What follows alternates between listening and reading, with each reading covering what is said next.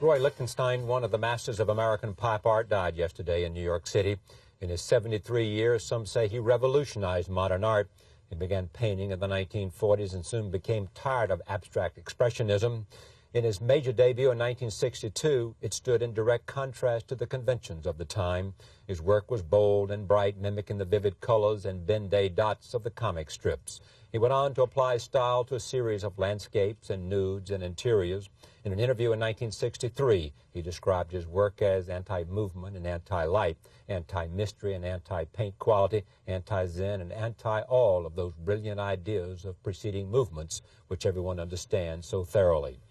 Joining me now for a reflection on his life and work, Agnes Gund, president of the Museum of Modern Art, and Kirk Varnedoe, chief curator of the Department of Painting and Sculpture at the Museum of Modern Art. I am pleased to have both of them here. First, put him in context. I refer just to a headline in terms of sort of the sweep of art after the war to today.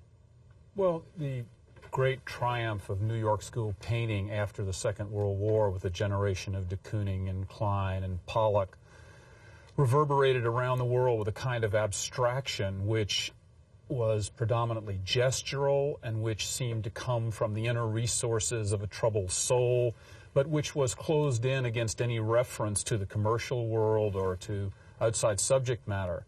And the group of artists to whom Lichtenstein belonged in the early 60s, taking their cue from Jasper Johns and Robert Rauschenberg, opened up art to a whole different subject matter, to commercial subject matter, to looking at the imagery of newspapers, billboards, advertising, comic books, etc.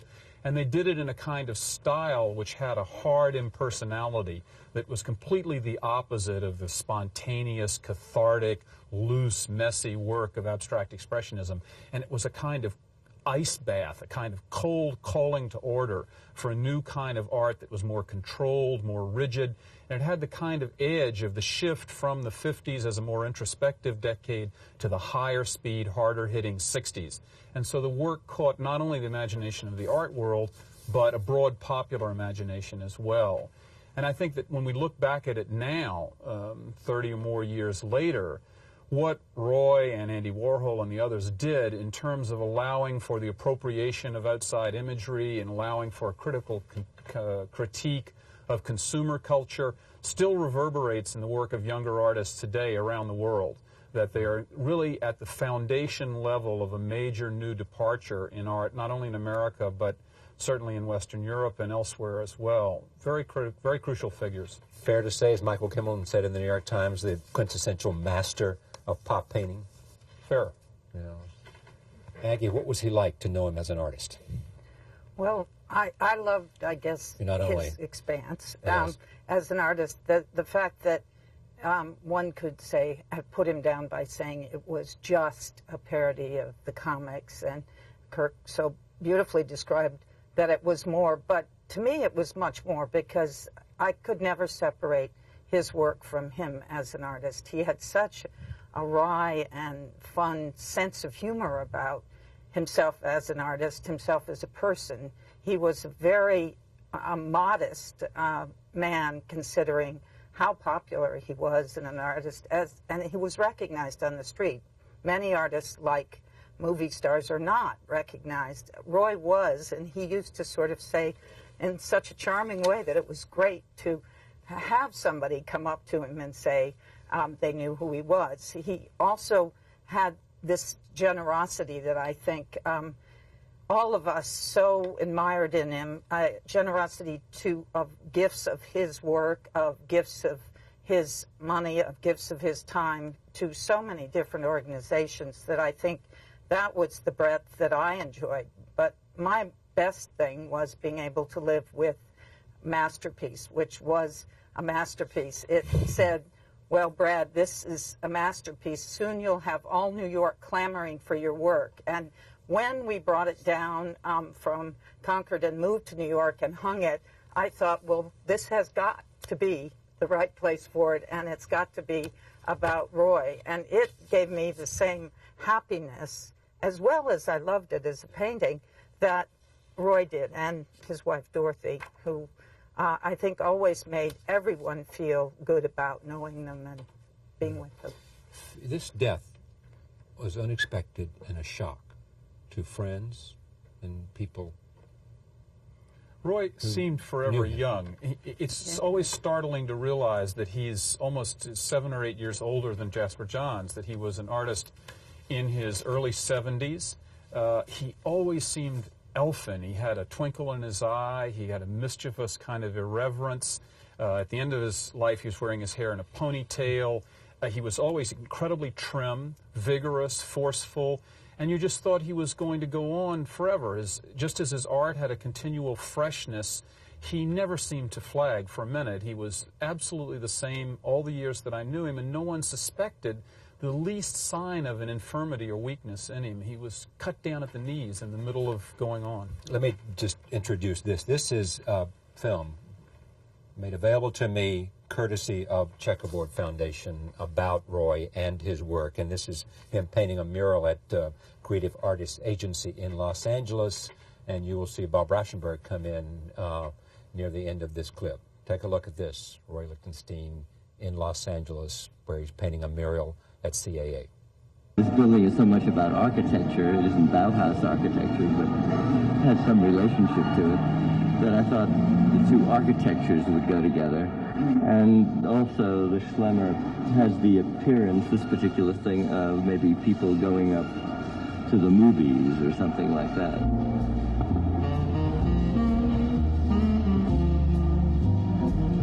I did think of the relationship between Bauhaus and architecture and Schlemmer's architectural draftsman-like way of working, and the Bauhaus idea of good design for the masses.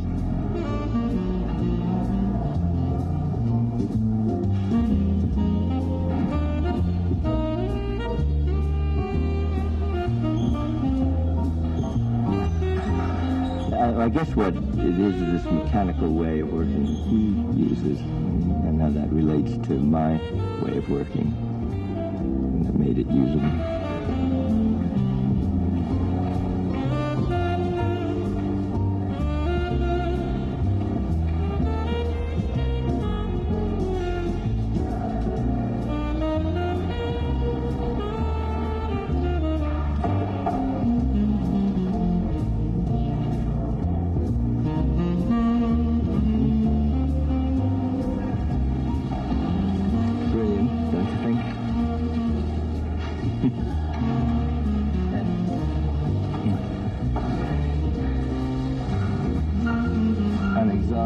Creatively.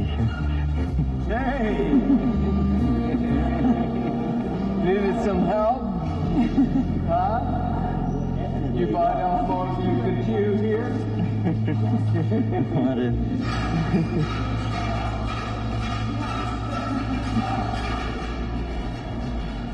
How you doing?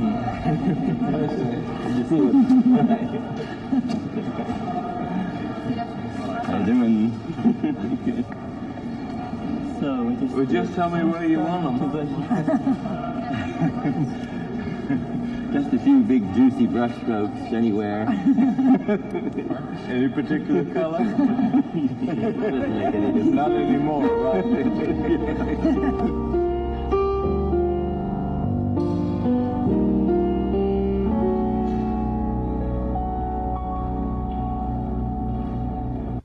Look at that. Let me take a look at this also as we talk about Roy Lichtenstein.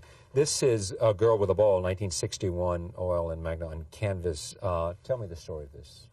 This is, I think, the first painting that Leo Castelli ever sold for Roy Lichtenstein. Roy had brought in a bunch of his paintings on the back of a station wagon, and Leo and his gallery assistant looked at this unfamiliar kind of comic book style, and they thought, why not? Let's give it a try. And they hung this picture on the wall in the middle of a group show, and they hung it next to a Rauschenberg, and they thought, oh, Rauschenberg will kill us. And Rauschenberg walked in and said, why not? Let's give it a try. It looks great.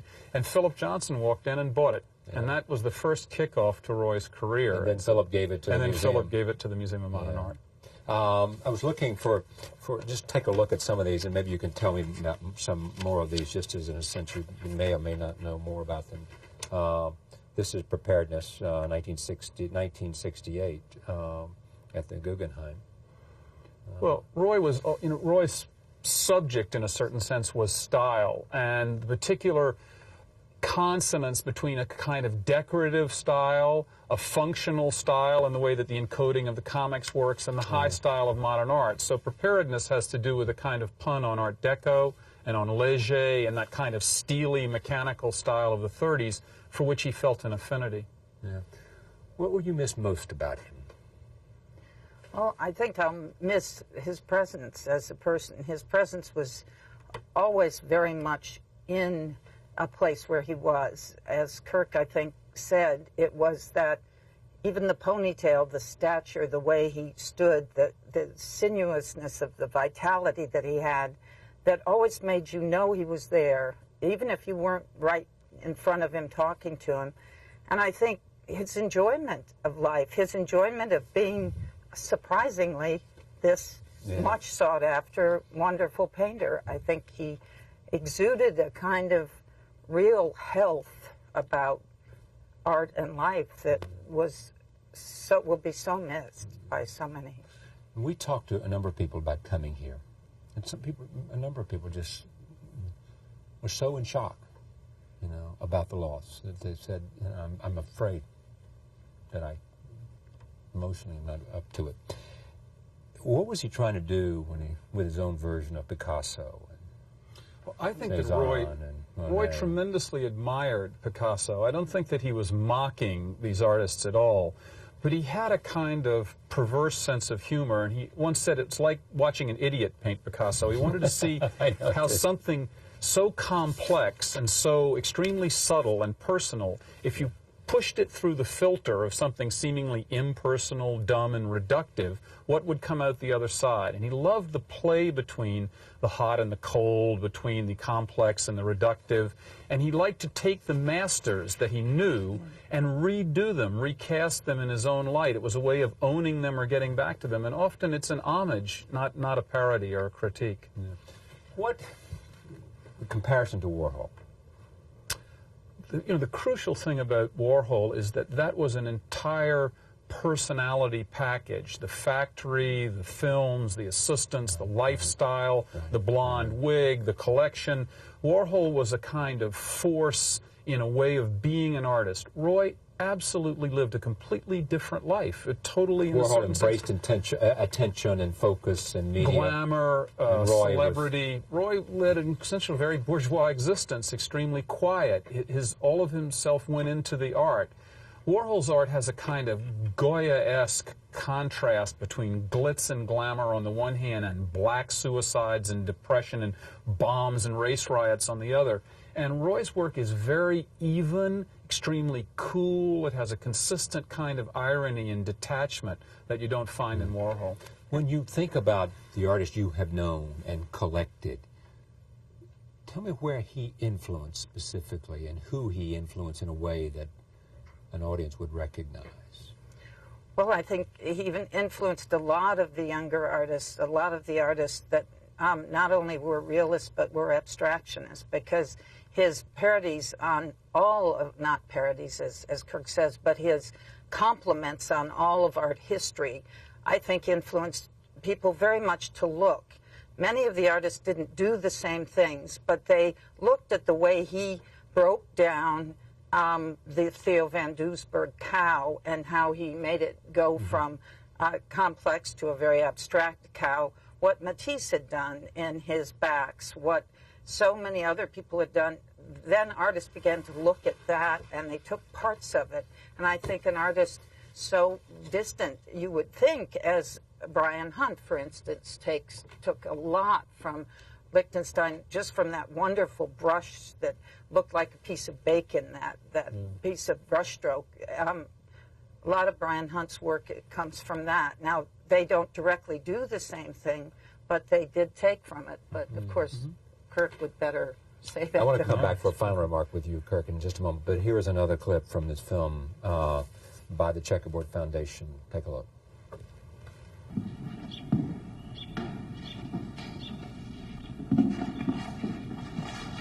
I really feel, in a way, that form is expressed through a style, and that style has to be meaningful.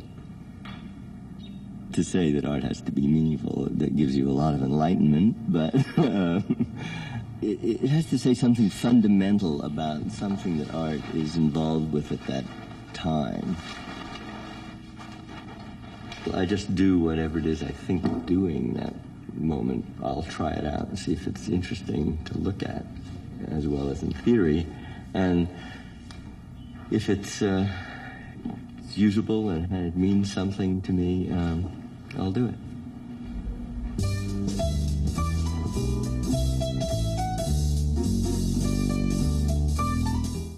Sum this up for me. 73, quintessential master of pop art. What else should we say in this appreciation? Well, I think of two things. I think that there are very few artists who are so admired in the inner circles of the art world, who have had such a global impact on the way people see and think. The attitude towards our culture that's built into Roy's comic book style and the rest of his work, the kind of combination of affection, irony, etc., that attitude expressed in a style has had a worldwide impact on advertising, on the way we feel about the world we live in. And the second thing is, I think that there are very few first-rate artists who are also so well-loved as Roy Lichtenstein was as a man.